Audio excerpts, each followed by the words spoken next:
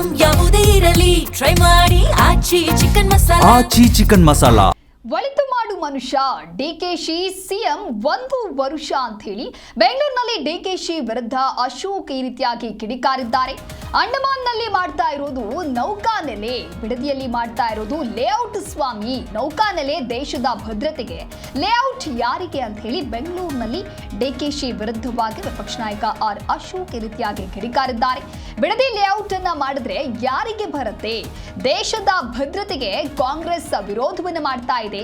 ನಿಕೋಬಾರ್ ಅಲ್ಲಿ ಮೀನಿಗೆ, ಆಕ್ಟೋಪಸ್ಗೆ, ಏಡಿಗೆ ತೊಂದರೆ ಆಗ್ತದೆ ಅಂತಾರೆ ರಾಹುಲ್. ಹಾಗಾದ್ರೆ ಬಿಡದಿಯಲ್ಲಿ ಮನುಷ್ಯರಿಗೆ ತೊಂದರೆ ಆಗ್ತಾ ಇರೋದು, ರೈತರಿಗೆ ಸಮಸ್ಯೆ ಆಗ್ತಾ ಇರೋದು ಕಾಣ್ತಾ ಇಲ್ವಾ ಅಂತ ಹೇಳಿ ಅಶೋಕ್ ಇದೀಗ ಸಿಎಂ ಡಿಕೆ ಶಿವಕುಮಾರ್ ಅವರಿಗೆ ಲೇವಡಿಯನ್ನ ಮಾಡಿದ್ದಾರೆ. ಅಂಡಮಾನ್ನಲ್ಲಿ ಮಾಡ್ತಾ ಇರುವಂತದ್ದು ನೌಕಾನೆಲೆ, ಬಿಡದಿಯಲ್ಲಿ ಮಾಡ್ತಾ ಇರೋದು ಲೇಔಟ್ ಸ್ವಾಮಿ. ನೌಕಾನೆಲೆ ದೇಶದ ಭದ್ರತೆಗಾದ್ರೆ ಲೇಔಟ್ ಯಾರಿಗೆ ಅನ್ನೋದಾಗಿ ಪ್ರಶ್ನೆ ಮಾಡಿದ್ದಾರೆ.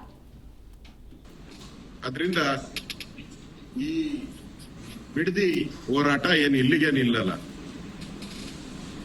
ನಾನು ಇದನ್ನು ಕೂಡ, ಇದು ಒಂದಿನದ ಪ್ರಾಜೆಕ್ಟ್ ಅಲ್ಲ.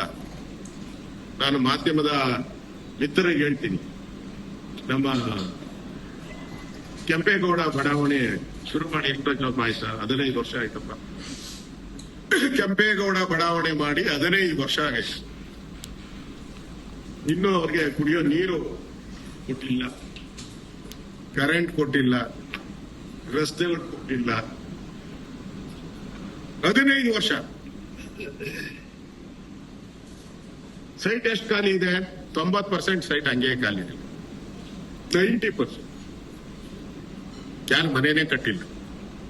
ಎಲ್ಲರೂ ರೀಸೇಲ್ಗೆ ಇಟ್ಕೊಂಡಿರೋ ಈ ಶಿವರಾಮ ಕಾರಂತ ಬಡಾವಣೆಯಲ್ಲಿ ಅಲ್ಲೊಂದು 20-30 ಸಾವಿರ ಸೈಟ್ ಮಾಡ್ತಾ ಇದ್ದಾರೆ. 30,000 ಅಲ್ಲಿ ಇನ್ನ 15-20 ವರ್ಷ ಬೇಕು ಮಾಡಕ್ಕೆ.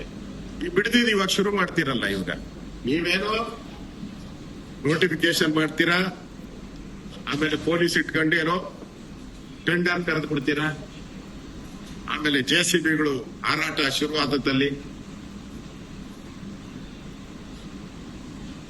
ಟೆಂಡರ್ ಕರೆದಾದ್ಮೇಲೆ ಪ್ರಾಜೆಕ್ಟ್ ಕಂಪ್ಲೀಟ್ ಮಾಡೋರೆ. ನೀವಿರೋದೇ ಇನ್ನೊಂದು ವರ್ಷ 11 ತಿಂಗಳು. ಅದರಿಂದ ಈ ಬಿಡದಿ ಹೋರಾಟ ಏನು ಇಲ್ಲಿಗೆ ನಿಲ್ಲಲ್ಲ. ನಾನು ಇದನ್ನು ಕೂಡ, ಇದು ಒಂದಿನದ ಪ್ರಾಜೆಕ್ಟ್ ಅಲ್ಲ. ನಾನು ಮಾಧ್ಯಮದ ಮಿತ್ರರಿಗೆ ಹೇಳ್ತೀನಿ,